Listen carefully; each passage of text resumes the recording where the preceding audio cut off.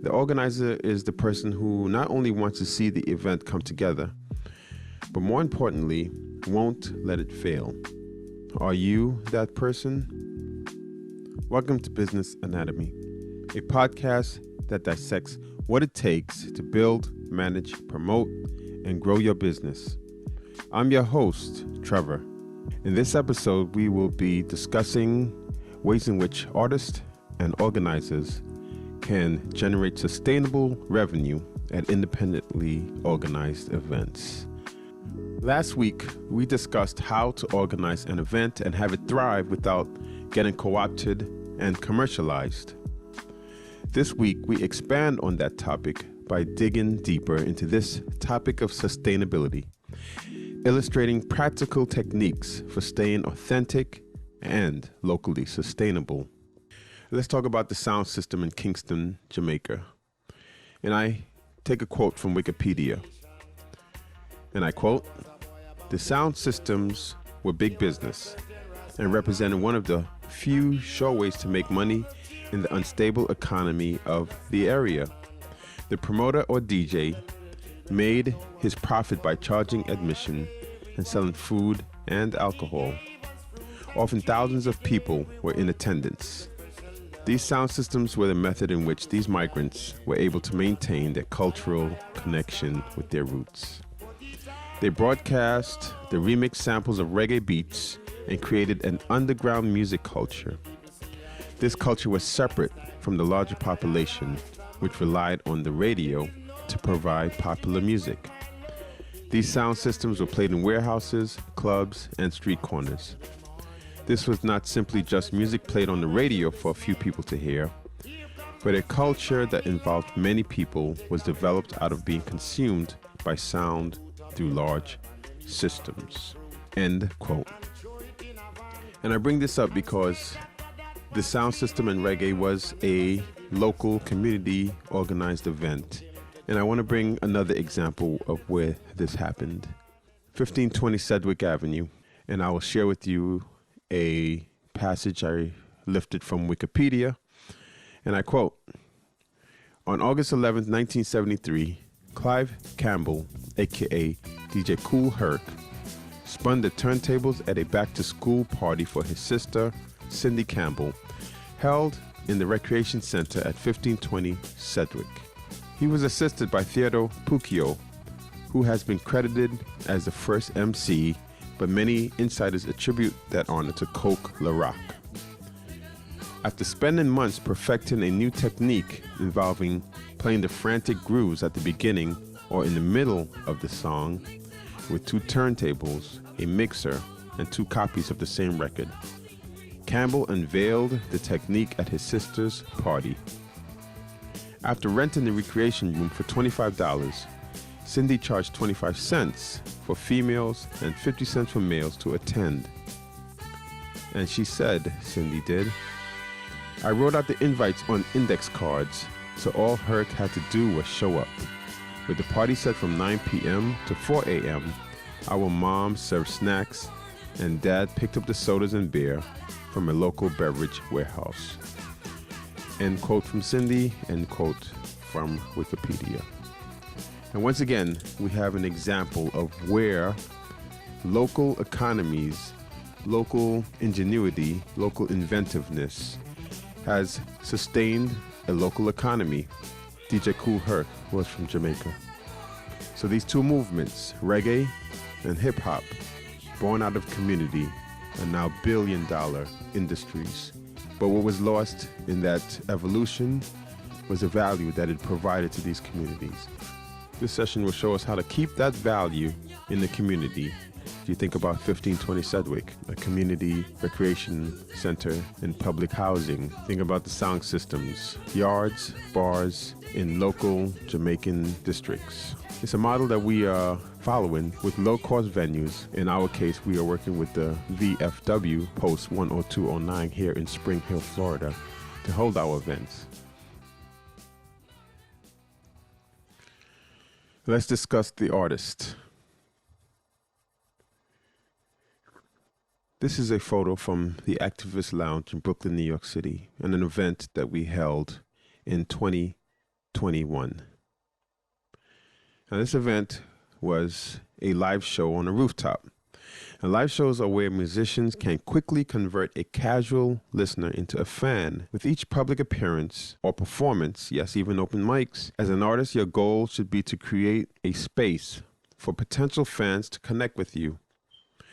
Leading up to any performance or any appearance, even if it is an open mic, inquire with the organizers if you can set up a merch table or a meet and greet area to connect with your audience. Now, this could be a full booth or even a small table in the corner of a bar.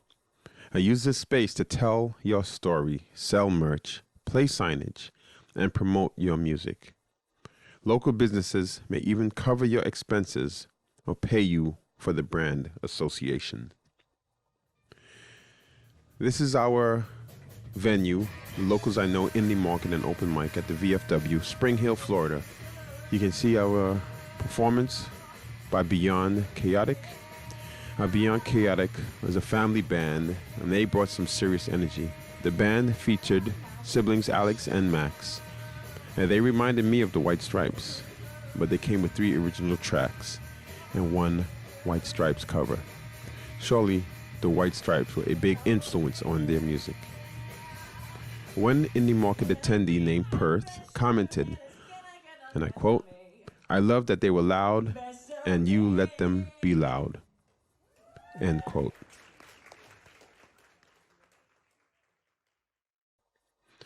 Other artists at this event included Clay Huete, Tracy Bigford, Honest 211, and Tyler LaRon. Now, Clay shared a moving near-death story. Tracy brought her own infectious charisma. Honest 211 spoke about mental health through her music. Tyler LaRon, the newest of the bunch, answered Honest's call for a collaborator. And the Family Car Wash sponsored the live acts. They allowed us to pay any local performer who amplified their business on social media. By the way, that's Tracy Bigford pictured on the right. Now, my favorite part of the indie market were the conversations that were taking place. One real-world connection is worth 1,000 digital ones. Here, you see, seated at our lounge, in our lounge area, is Beyond Chaotic, connecting with their audience. We have other attendees connecting with each other. This is part of what the indie market and open mic is about, making real-world connections. And I quote from Ben Seidel, the founder of Neighborly, "Soon, a physical impression is going to be more affordable and higher quality than a digital impression." I would argue that's happening now. I mean, who wants to live in the meta universe when you can actually exist and be present in our physical universe? The physical versus the digital. I'll take the physical every time. Now, the organizer. This is the person or group of people who pull this all together. And with the indie market and open mic, we created this space for local businesses to connect to the community. The booths are free. Some of the merch and local foods are free. The strategy is to redefine how we perceive, exchange, and distribute value. Free shopping values time above all else.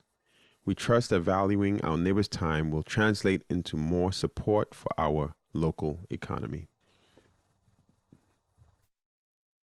Our tote bags, courtesy of Locals I Know and sold by Cespedes, are a gift from these sponsors to our neighbors.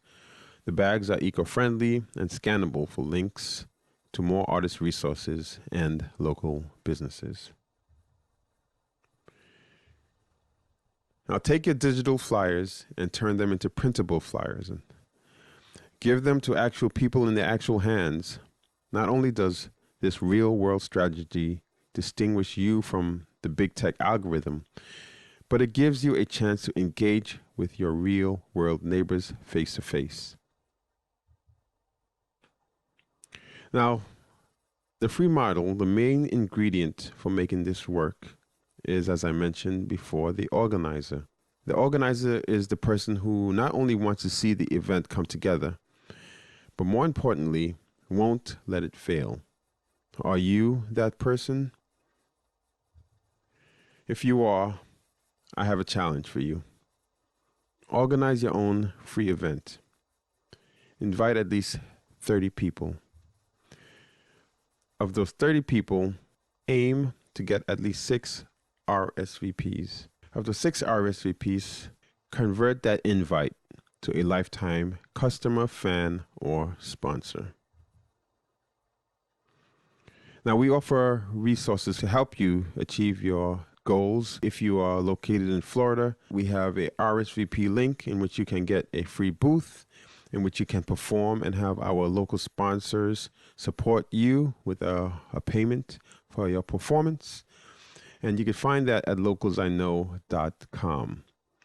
Now, if you are not located in Florida, we also offer resources such as our free shop, in which you yourself can create an event with this 30 for 30 challenge in your own community and have a way to draw customers.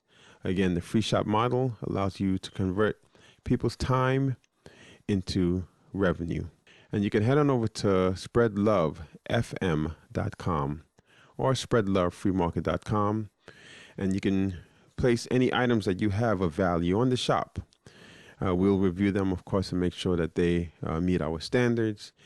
And you can have a pickup location at your event. This will attract more customers to your event. I'll share our contact connecting information. You can always call us at 347-354-5683 if you would like to leave a message or a review. You can email us at spreadlovefm@gmail.com, or you can find our free products, our event links at spreadlovefreemarket.com.